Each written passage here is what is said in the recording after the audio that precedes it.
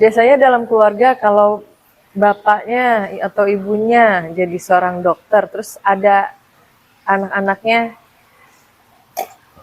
tidak ada yang ngikutin jejak orang tuanya, kadang rasa gimana gitu kan.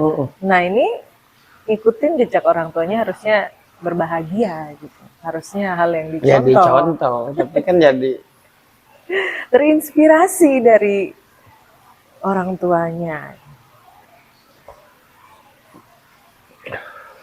anakku dulu pernah ngomong, pengenlah aku cari orang kayak papa.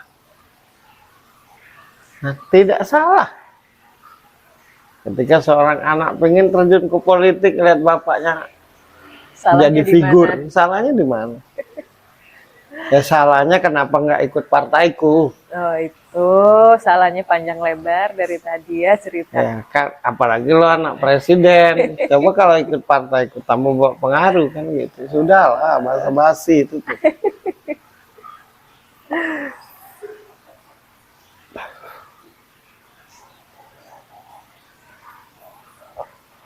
Harusnya senang ya kalau dalam satu keluarga itu bisa warna-warni gitu.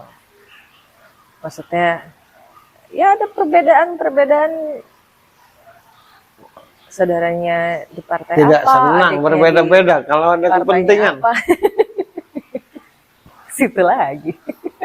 Ya iyalah, tidak akan senang diriku kalau aku punya kepentingan sama kalian, tapi kalian berbeda.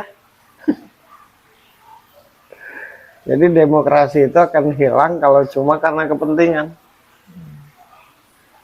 Gitu.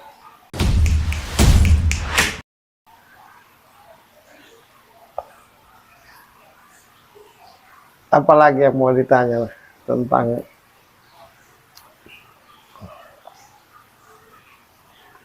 dia tipe suami yang bermusyawarah, bukan tipe suami yang arogan, tipe suami yang bermusyawarah. Aku melihat dan merasakan wajah istrinya bahagia, suaminya jadi ketua partai. Nah salahnya di mana? Ya kan siapa tahu, tidak tahu kan, kalau melihat dari luar belum tentu di dalamnya sama. Nah aku mewakilinya. Lihat dari dalam. Ya aku mewakilinya.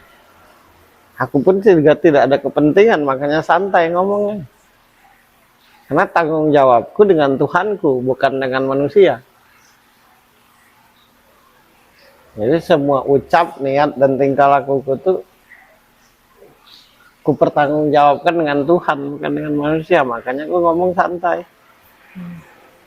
Tapi kalau ku pertanggungjawabkan dengan manusia, pasti aku ngomong tertati-tati. Ibunya, istrinya Jokowi, ya silakan nak, selagi itu baik dan bertanggung jawab. Nah salahnya apa lagi? Kebetulan dia anak presiden, itu yang bikin heboh. Satu sisi dia anak muda yang memberi inspirasi buat orang, ditambah lagi dia anak presiden, makanya heboh lah. Makanya dalam partai itu apa salahnya dijadikan ya iyalah, ketua? Kalaupun aku punya partai, terus masuklah orang yang berpengaruh secara pribadi, orang yang inspiratif, orang yang pemuda yang semangat. Bonusnya bapaknya presiden, ya aku juga akan nyuruh, silakan jadi ketua partai. Dengan senang hati. Dia mau di partaiku, orangnya bagus, punya penuh inspirasi, kreatif, semangat, bermasa depan. Bapaknya presiden, ya aku dengan senang hati, silakan. Benar gak? Ya betul, tapi heboh gitu, karena dianggap masih muda. Ya.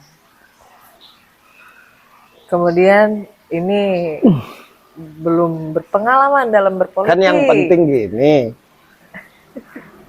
sebenarnya muda atau tua tuh bukan sebuah alasan. Oke. Yang penting punya semangat dan niat baik. Nah, Berumur juga kalau niatnya buruk.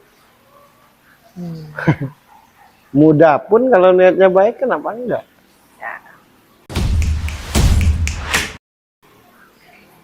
jadi menurut lo sendiri dalam berpolitik itu sendiri kenapa sih pada akhirnya orang takut?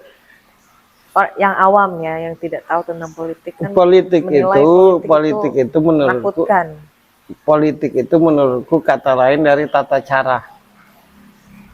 Nah, tinggal mau tata cara baik apa buruk. Segala hal itu bisa kita capai dengan tata cara. Kalau tanpa tata cara kita tidak akan sampai ke tujuan. Tinggal menggunakan tata cara baik atau buruk. Jadi politik tidak salah. Yang salah tuh diarahkan kemana. Tujuannya kemana? Iya, ya. dengan cara baik apa buruk. Kan gitu. Sekali lagi kuucapkan, menurutku politik itu kata lain dari cara, dari tata cara. Gimana caranya lo datangi dia sehingga kita bisa kerjasama. Nah, kan tata cara itu politik itu. Tata cara membuat Indonesia ini damai. Tata cara membuat Indonesia ini maju. Tata cara membuat Indonesia ini tentram. Tata cara membuat Indonesia ini dikenal dunia. Jadi politik itu kata lain dari tata cara. Nah, tujuan itu harus pasti, tapi mendapatkan tujuan itu baik apa buruk. Dengan cara yang baik atau yang buruk, kan gitu. Jadi politik tidak salah. Kita ini berpolitik tiap hari. Cuma ada yang dengan, cuma biar keren namanya politik gitu ya. Iya. Ada yang dengan cara apa? Politik secara pribadi dalam membuat hidup maju. Politik secara kelompok yang ada aturannya, yaitu partai. Kan tiap hari kita tuh berpolitik. Jadi kalau orang nggak suka politik tuh berarti dia nggak ngerti politik. Gimana caranya biar penumpangku banyak? Nah, itu politik. Mencari jalan keluar, mencari cara biar sampai ke tujuan. Itu politik. Nah, itu politik. Berarti mencari kita cara. melakukan itu setiap hari. Setiap hari. Gimana supaya aku bisa nyanyi? Nah, itu politik. Bisa jadi dengan cara di lobi. Bisa jadi dengan cara kerjasama, bisa jadi dengan diplomasi, bisa jadi dengan barter, kan gitu. Jadi kalau orang yang bilang nggak suka politik, berarti dia nggak ngerti politik itu apa. Aku punya kelebihan dengan merasakan dan membaca. Bagaimana supaya dikenal? Bikin sudut pandang, nah itu politik.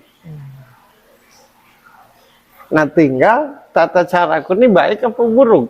Apakah di sudut pandang ini akan menceritakan kejelekan orang biar cepat, atau menceritakan sisi positif tiap orang. Nah, tinggal aku yang menentukan. Kan gitu. Tiap hari kita berpolitik. Bertata cara. Kalau tidak ada tata cara ya tidak ngerti mengerjakan gimana.